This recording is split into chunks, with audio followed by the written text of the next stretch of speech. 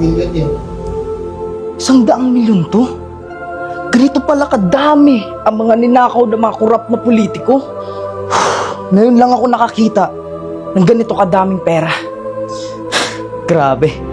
2 milyon sanang nagugutom na Pilipino ang kayang pakainin neto. Eto ba yung pinag-awayan nyo sa Senado? Mga putang ina nyo! Araw-araw kami nagbabayad ng buwis para sa mga bilihin. Ang sinasabi nila, merong ayuda, pondo, programa para sa mga mahihirap. Nasaan? Nasaan? Wala kaming nakikita kundi mga politikong nagpapayaman. Hindi naman namin kasalanan na pinanganak kami na mahirap. Ang gusto lang namin, mabuhay na may dignidad. Pero wala eh. Ang tingin nyo lang sa aming mahihirap, salot sa lipunan.